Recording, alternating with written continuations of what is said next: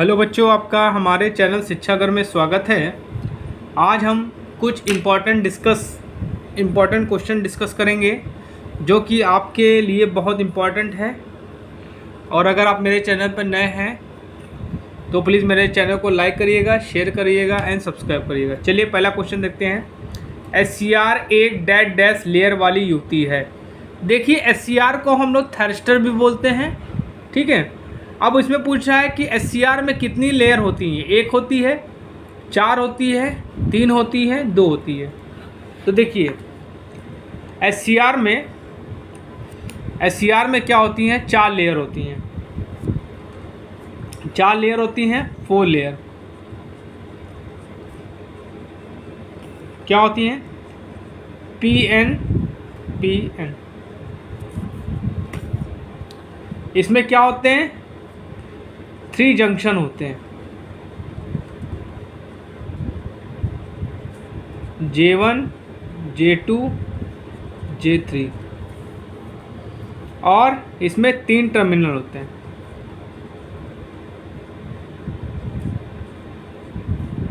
ठीक। Anode, cathode, gate,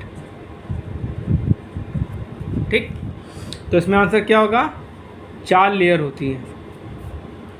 cathode के संबंध में SCR का एनोड हमेशा डैश डैश विभव बना रहता है। उच्च रहता है, निम्न रहता है, धनात्मक रहता है, ऋणात्मक रहता है, ठीक है। तो आपसे एनोड का पूछा है तो एनोड क्या हमेशा पॉजिटिव होता है। प्रकाश सक्रिय SCR का उपयोग डैश डैश के रूप में किया जाता है। एम्पलीफायर, ऑक्सीलेटर, स्विच और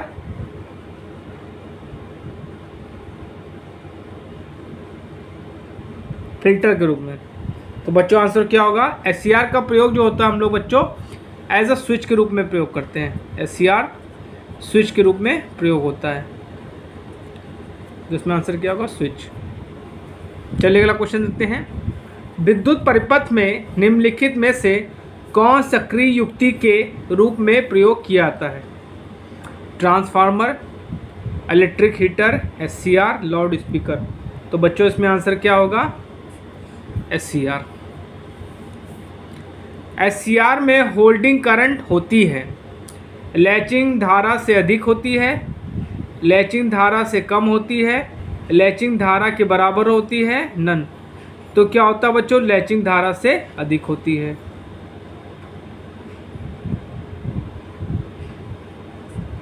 चलिए अगला क्वेश्चन देखते हैं।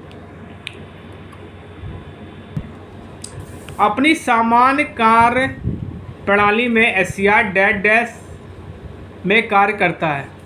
फॉरवर्ड ब्लॉकिंग मोड में, रिवर्स ब्लॉकिंग मोड में, फॉरवर्ड कंडक्शन ब्लॉकिंग मोड में, नन। तो देखिए जो SCR होता है बच्चों, SCR ये क्या करता है, फॉरवर्ड कंडक्शन बैंड में काम करता है। फॉरवर्ड कंडक्शन ब्लॉकिंग मोड में काम करता है, ब्लॉकिंग मोड, ये याद रखिएगा। चलिए अगला क्वेश्चन देखते हैं। जब SCR में चालन शुरू हो जाता है तो डैश डैश से नियंत्रण खत्म हो जाता है। गेट से, कैथोड से, एनोड से, नन से। तो बच्चों इसमें आंसर क्या होगा, गेट। देखिए जो आपका हम लोग SCR को जो कंडक्ट कराते हैं वो गेट की सहायता से करवाते हैं, ठीक है। चलिए अगला क्वेश्चन देखते हैं। SCR एक डैश डैश परत डैश डैश जंक्शन युक्ति है। देखिए पर मैंने आपको बताया इसमें क्या होती है, 4 लेयर्स होती हैं। इसमें क्या होती हैं, 4 लेयर होती हैं। जंक्शन कितने होते हैं, 3 जंक्शन होते हैं। तो आपका ये सही है ऑप्शन। चलिए अगला क्वेश्चन देखते हैं। SCR किस प्रकार का स्विच है। DC स्विच है, AC स्विच है, स्क्वायर वेव स्विच है, रेक्टेंगुलर वेव स्विच है। तो बच्चों क्या है, SCR is a DC switch. SCR क्या आपका DC स्विच है।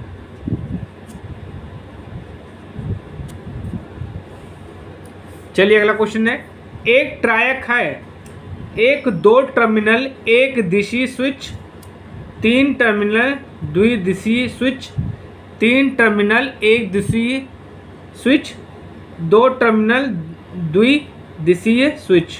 तो बच्चों आपका जो ट्रायक होता है वो क्या होता है, दोनों डायरेक्शन में कंडक्शन का होता है, और इसमें क्या होता है 3 टर्मिनल होते हैं। तो आपका बी बिल्कुल सही ऑप्शन है। चलिए अगला क्वेश्चन देखते हैं, युक्ति का प्रयोग एससीआर के ट्रिगरिंग डिवाइस के रूप में किया जाता है, एससीएस, यूजेटी, जीटीओ, आईजीबीटी। तो बच्चों आंसर क्या होगा, यूजेटी, यूनि जंक्शन ट्रांजिस्टर। एक युक्ति जो ट्रायक को ट्रिगर करने में आमतौर पर प्रयोग की जाती है, डायोड, ट्रांजिस्टर, जीनर डायोड, डायक। तो बच्चों इसमें आंसर क्या आएगा, डायक। डायक देखिए, डायक को क्या कहते हैं, बिना गेट वाला ट्रायक भी कहते हैं। इसको क्या कहते हैं, बिना गेट का ट्रायक, बिना गेट का ट्रायक। ये भी क्वेश्चन आपसे पूछा जा सकता है। इसमें 2 टर्मिनल होते हैं, ठीक। ट्रायक आमतौर पर निम्न पर संचालित किए जाते हैं, सभी आवृत्तियां, केवल उच्च आवृत्तियां, विद्युत आवृत्तियां, उपरोक्त में से कोई नहीं। तो बच्चों आंसर क्या होगा, विद्युत आवृत्ति। चलिए अगला क्वेश्चन देखते हैं, ट्रायक है 4 टर्मिनल वाली युक्ति, द्विपक्षीय युक्ति, 2 टर्मिनल वाली युक्ति, एक पक्षीय युक्ति। तो बच्चों आंसर क्या होगा, द्विपक्षीय यूनिट। जीटीओ निम्न में से किसका उदाहरण है, डायोड का है, ट्रांजिस्टर का है, सीआर का है, एक प्रतिरोध का है। तो बच्चों आंसर क्या होगा, सीआर का। एक यूजीटी में होती है 4 पीएन जंक्शन होते हैं, 3 पीएन जंक्शन होते हैं, 2 पीएन जंक्शन होते हैं, 1 पीएन जंक्शन होता है।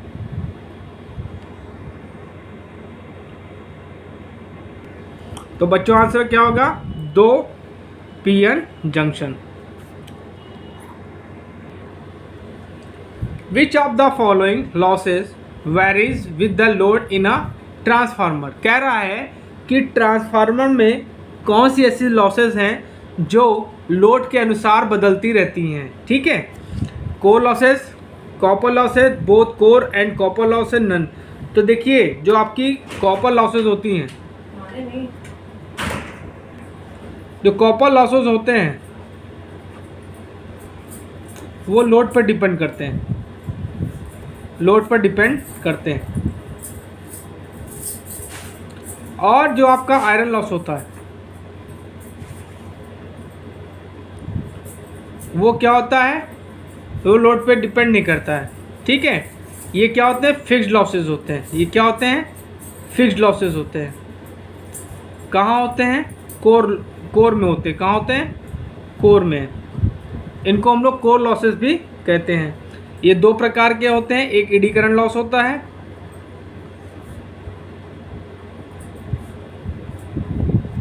जिसका फॉर्मूला होता है W। एडी करंट लॉसेस क्या होता है, W is equal to KE B max square F square T square V। और जो आपका हिस्टैरिसीस लॉसेस होता है वो क्या होता है, ये होता है KH B मैक्स की पावर 1.6 FV। ये सब आपको याद होना चाहिए। चलिए अगला क्वेश्चन देखते हैं, और the all day efficiency of a transformer depends, किस पे डिपेंड करती है। कह रहा है ऑल डे जो एफिशिएंसी होती है ट्रांसफार्मर की, किस पे डिपेंड करती है, it's copper losses, amount of load, duration of the load, both 2 and 3। तो बच्चों आपका लोड पे भी डिपेंड करती है और ड्यूरेशन लोड पे भी डिपेंड करती है। तो बच्चों आंसर आपका क्या है, बोथ 2 and 3। चलिए अगला क्वेश्चन देखते हैं, which type of winding is used in 3 phase shell type transformer. कह रहा है कि जो सेल टाइप का जो ट्रांसफार्मर होता है 3 फेज का, उसमें किस प्रकार की वाइंडिंग का प्रयोग हम लोग करते हैं। सर्कुलर करते हैं, सैंडविच करते हैं, सिलेंड्रिकल करते हैं, रेक्टेंगुलर करते हैं। तो बच्चों क्या होता है, सैंडविच वाइंडिंग का प्रयोग हम लोग करते हैं।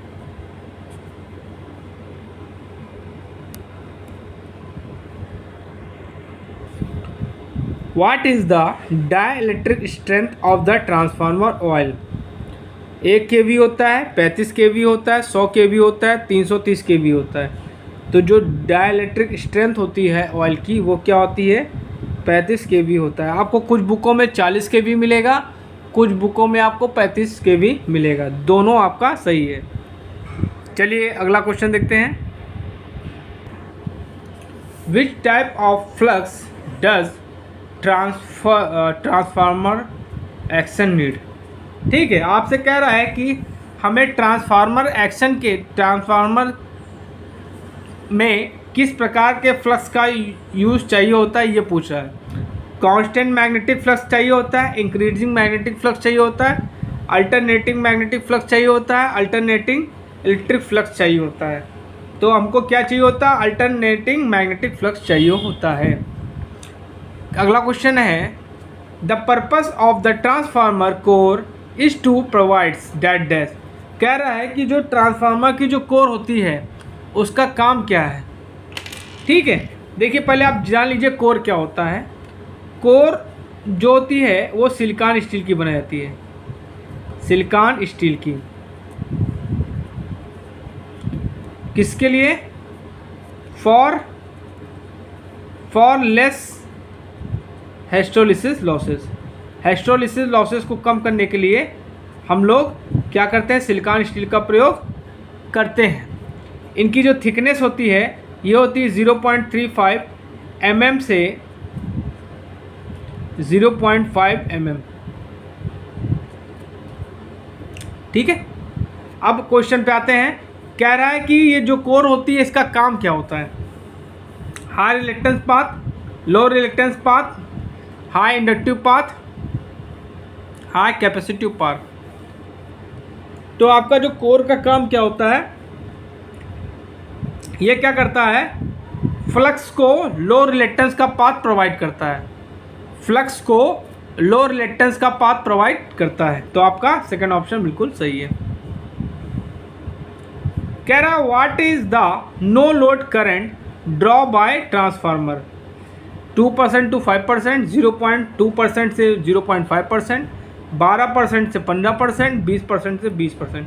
देखिए ये आपका ट्रांसफार्मर हो गया, प्राइमरी वाइंडिंग हो गई,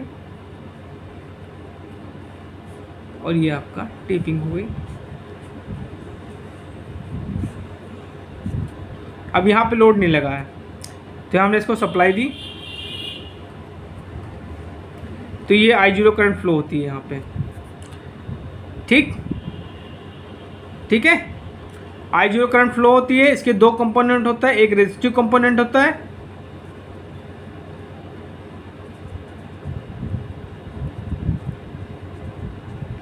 जिसको IR से रिप्रेजेंट करते हैं। ये क्या करता है, लॉसेस क्रिएट करता है। ये क्या करता है, कोर लॉसेस क्रिएट करता है, कोर लॉसेस क्रिएट करता है। और जो एक होता है मैग्नेटाइजिंग कंपोनेंट।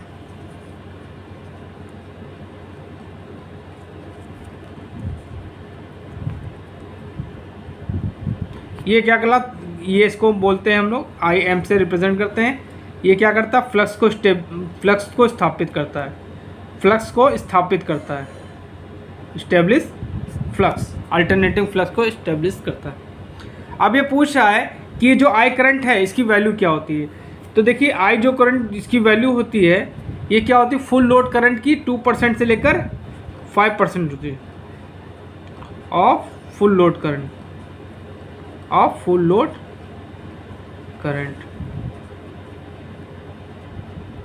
तो आपका पहला ऑप्शन बिल्कुल सही है। Ideal transformer core has permeability equal to that dash, 0, non zero, finite, negative, infinite. तो देखिए आपका जो आदर्श ट्रांसफार्मर होता है, ठीक है, आइडियल ट्रांसफार्मर, उसकी परमेबिलिटी जो होती है वो क्या होती है, इनफाइनाइट होती है। परमेबिलिटी क्या होती है उसकी, इनफाइनाइट होती है। तो बच्चों आपका ये सही है। चलिए अगला क्वेश्चन देखते हैं।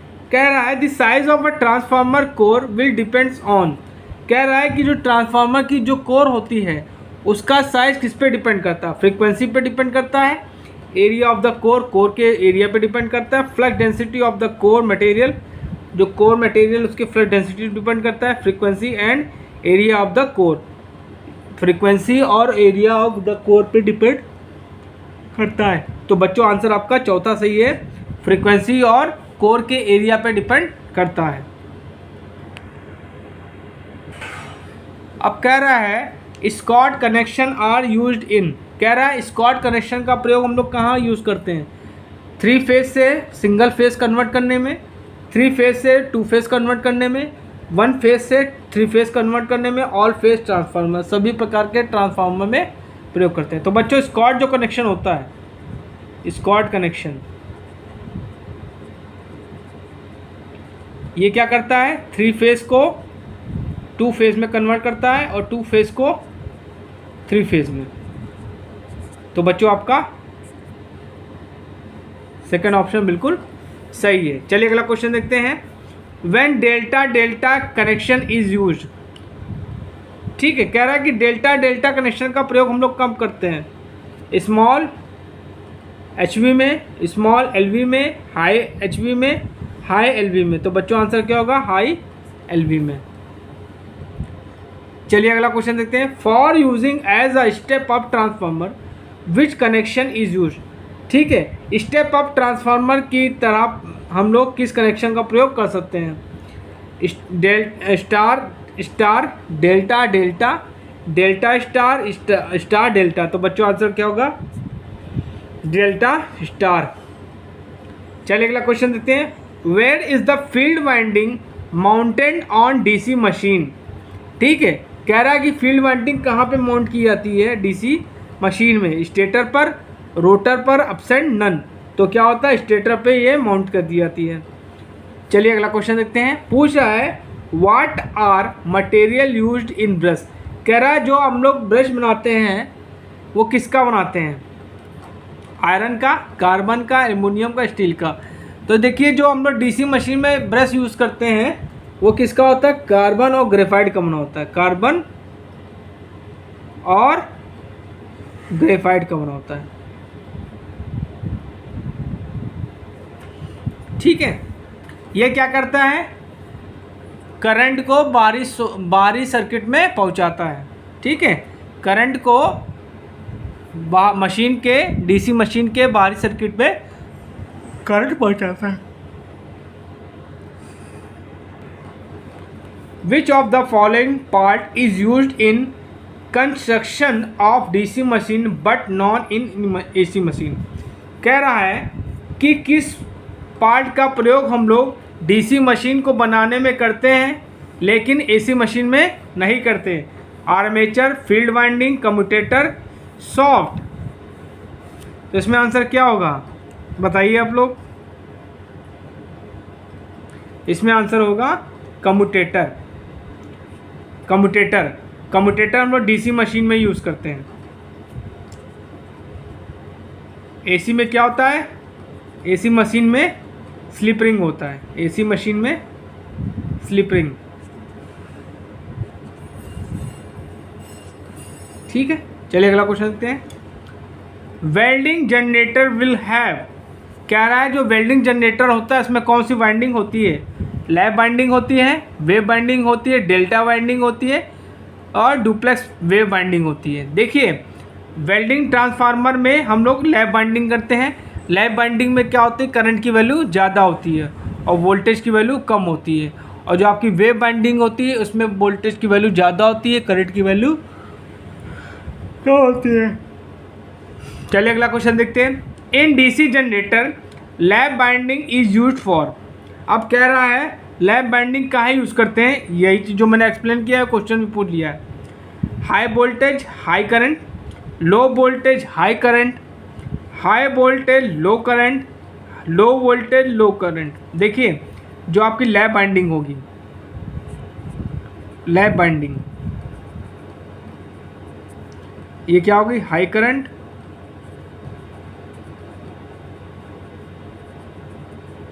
लो वोल्टेज। और जो आपकी वेव बाइंडिंग होगी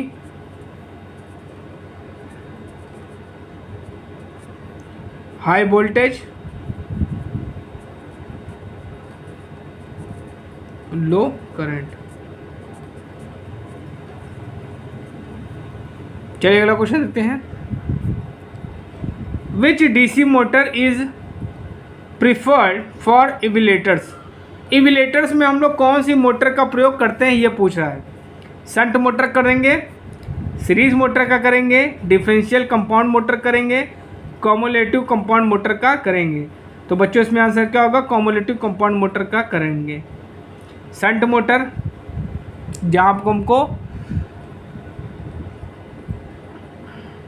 जहाँ पे स्टार्टिंग टार्क हमको ज़्यादा चाहिए वहाँ पे हम लोग सीरीज मोटर का प्रयोग करेंगे। ये एज अ बूस्टर यूज़ होती है, ठीक। और ये जो आती है आपकी शंट मोटर आपकी कहाँ यूज़ होती है? ये लेथ मशीन में यूज़ होती है, ठीक है। चलिए अगला क्वेश्चन देखते हैं। विच of the following motor has poorest speed regulation? बहुत इंपॉर्टेंट क्वेश्चन है। शंट मोटर का होता है, सीरीज मोटर का होता है, कंपाउंड का होता है। तो बच्चों आंसर क्या होगा इसमें? Series motor. और सबसे अच्छा होता है आपका शंट मोटर का। Buses, trains, trolleys, hoist, cranes require high starting torque and therefore makes use of, ठीक है। इन सब में हमको क्या चाहिए होता है? हाई स्टार्टिंग टॉर्क चाहिए होता है। अब तो पूछा है कि इन सब में कौन सी मोटर हम लोग यूज़ करेंगे? DC series motor, DC shunt motor, induction motor, all of above motor. तो बच्चों आंसर क्या होगा? DC series motor. इसका स्टार्टिंग टार्क ज़्यादा होता है और इसका प्रयोग हम लोग ट्रेन्स में भी करते हैं, लोकोमोटिव में करते हैं। DC shunt motor are used for driving, ठीक है। डीसी शंट मोटर का प्रयोग हम लोग कहाँ करते हैं ये पूछ रहा है। ट्रेन्स में करते हैं, क्रेन्स में करते हैं, हॉइस्ट में करते हैं, ठीक है। तो इन सब में तो हम लोग क्या यूज़ करेंगे? डीसी सीरीज मोटर यूज़ करेंगे, डीसी सीरीज मोटर। यहाँ पे क्या होगा? यहाँ पे शंट मोटर यूज़ करेंगे, DC shunt motor.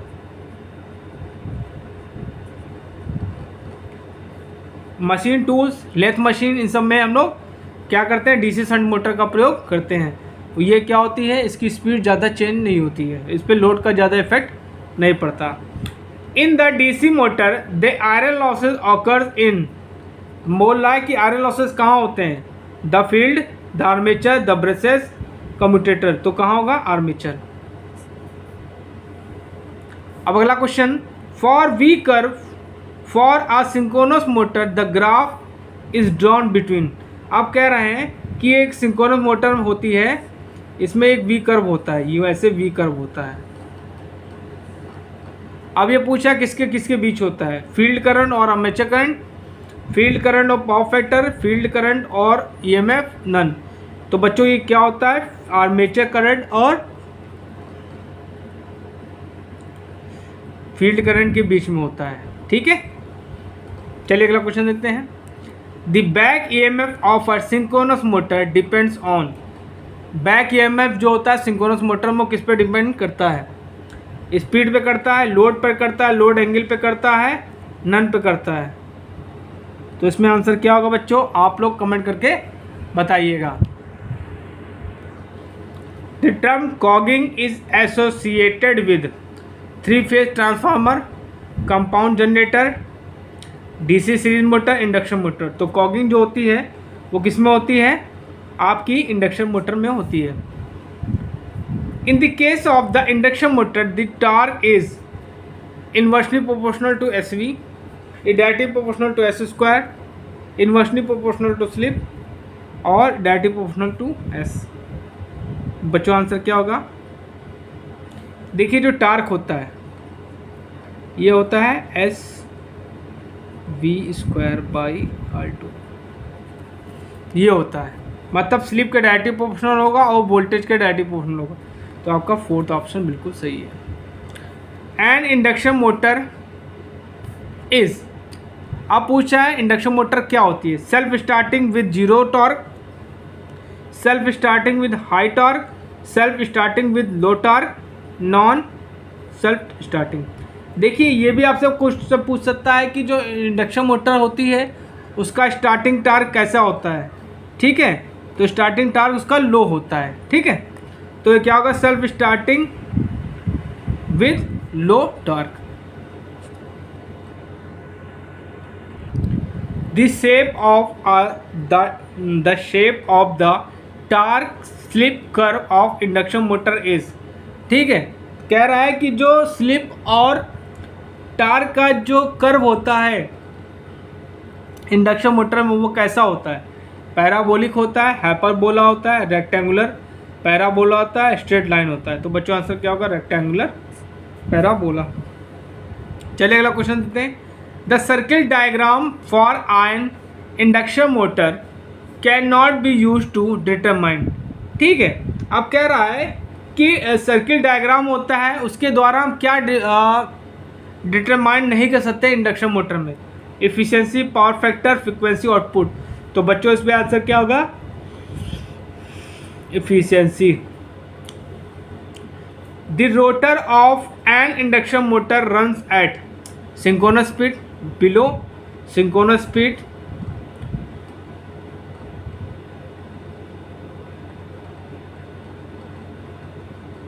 above synchronous motor, any of the, ठीक है बेटा। यहाँ पे स्पीड होना चाहिए, यहाँ पे स्पीड होगा, ठीक है। तो जो रोटर की स्पीड होती है वो क्या होती है, वो सिंक्रोनस स्पीड से कम होती है, ठीक है। जो एनआर होती है वो क्या होती है, एनएस से कम होती है, ठीक है। तो इसमें आंसर क्या होगा, below synchronous speed.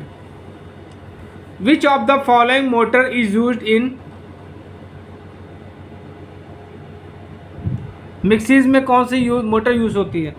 Repulsion motor use करते हैं, रिलेक्टेंस यूज करते हैं, हिस्टोलिसिस मोटर यूज करते हैं, और आपकी यूनिवर्सल। तो बच्चों आंसर क्या होगा, यूनिवर्सल मोटर। यूनिवर्सल मोटर ऐसी मोटर है बच्चों जो एसी और डीसी दोनों पे काम करती है, एसी एंड डीसी।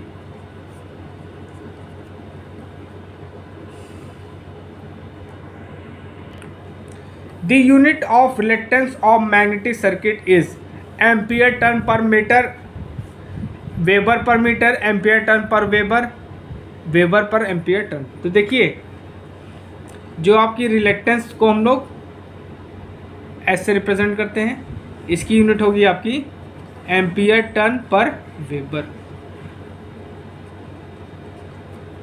और ये वेबर पर एम्पियर टर्न है ये आपका परमेंस हो गया।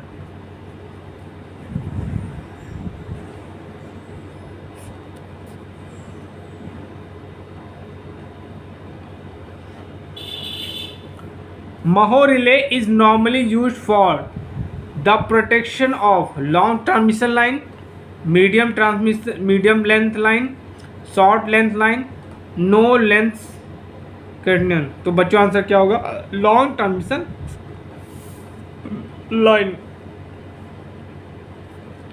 In a series RLC circuit, the Q factor is given by Q is equal to 1 upon R under root L by C, Q is equal to R under root L by C, Q is equal to 1 upon R under root C by L, Q is equal to R under root C by L। तो बच्चों पहला option बिल्कुल सही है, Q factor जो होगा 1 upon R under root L by C होगा। चलिए अगला क्वेश्चन है।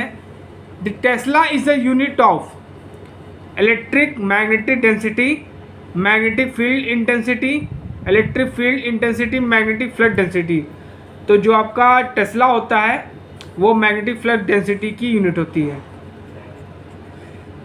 5/A, weber per metre square या टेस्ला। अब अगला क्वेश्चन देखते हैं।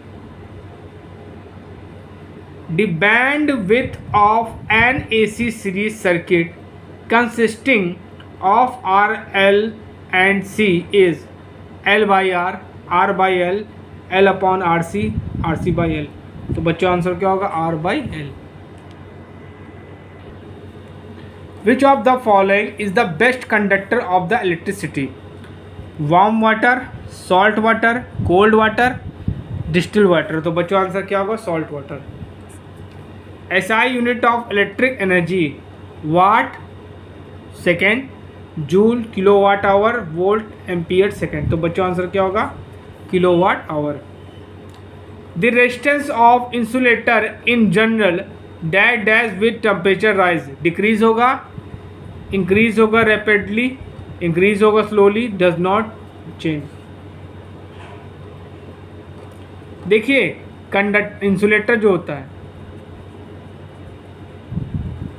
इसको अगर हम टेम्परेचर देंगे तो रेजिस्टेंस आपका क्या होगा? इसका डिक्रीज होगा, कंडक्टेंस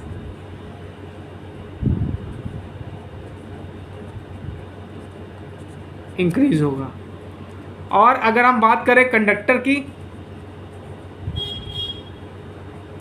तो रेजिस्टेंस क्या होगा? इंक्रीज होगा, कंडक्टेंस डाउन होगा। चलिए अगला क्वेश्चन देखते हैं। The earth's potential is taken as, infinite लेते हैं, सप्लाई वोल्टेज लेते हैं, 1 वोल्ट लेते हैं, 0। तो अर्थ पोटेंशियल हमेशा हम लोग 0 लेते हैं। The curve representing Ohm's law is, linear होता है, हाइपरबोलिक होता है, पैराबोलिक होता है, ट्रायंगुलर होता है। तो जो कर्व होता है ओम्स लॉ वो क्या होता है? लीनियर होता है, ऐसे होता है। ये आपका वोल्टेज हो गया, ये आपका करंट हो गया, और V by I is equal to R, ये आपका ओम्स लॉ है। ठीक है। Distribution factor KD of alternating is equal to, alternator में जो डिस्ट्रीब्यूशन फैक्टर होता है उसकी वैल्यू क्या होती है? M sine alpha upon sine M alpha, sine M alpha by 2, M sine alpha by 2, M sine alpha by 2 upon sine M alpha by 2। तो आपका सेकेंड ऑप्शन बिल्कुल सही है। अगला क्वेश्चन है, the torque develop by the motor of a 3 phase induction motor eight 0 slip is, maximum होगी, 3% of full load होगी, 5% of the full load होगी, 0 होगी। तो बच्चों आंसर क्या होगा? 0 होगी। The starting torque in a single phase induction motor is, high होता है, लो होता है, 0 होता है, वेरी लो होता है। तो बच्चों आंसर क्या होगा? Very low. चलिए अगला क्वेश्चन देते हैं। Corona loss can be minimized by large dia conductor, hollow conductor, bundle conductor, all of these. तो इन सब का प्रयोग करके हम लोग कोरोना लॉसेस को कम कर सकते हैं। तो आपका चौथा ऑप्शन बिल्कुल सही है। Which one of the following bridge will be used for measurement of very low resistance? Very low resistance measure करने के लिए हम लोग किस ब्रिज का प्रयोग करते हैं? केल्विन ब्रिज का करते हैं, मैक्सवेल ब्रिज का करते हैं, व्हीटस्टोन ब्रिज का करते हैं, हाइस ब्रिज का करते हैं। तो बच्चों आंसर क्या होगा? केल्विन ब्रिज का। The regulation of an alternator is the ratio of V0 minus V upon V0 into 100, V0 minus V upon V into 100, V minus V0 upon V0 into 100, और V minus V0 upon V into 100। देखिए voltage regulation किसी का भी हो, regulation आपका किसी भी हो, ये क्या होता है? Voltage V02 minus V2 upon V2 होता है इंटू 100। तो आपका ये ऑप्शन बिल्कुल सही है। The rotor of alternator requires DC, AC, pulsating DC, none. तो बच्चों इसमें आंसर क्या होगा? ठीक है, तो बच्चों आंसर क्या होगा? DC। The rotor of alternator has 4 slip ring, 3 slip ring, 2 slip ring, no slip ring. तो बच्चों आंसर क्या होगा? 2 स्लिप रिंग। तो बच्चों मैंने आज आपको 50 ऑब्जेक्टिव क्वेश्चंस बताए हैं। इन क्वेश्चंस को देखिएगा, समझिएगा और हो सकेगा तो अपने नोट्स में लिख लीजिएगा। आपके एग्ज़ाम में आपके काम आएंगे। अगर आप मेरे चैनल पर नए हैं तो प्लीज़ मेरे चैनल को लाइक करिए, शेयर करिए, सब्सक्राइब करिए, जिससे मैं आप लोगों के लिए और अच्छे अच्छे वीडियोस बना सकूँ। Thank you.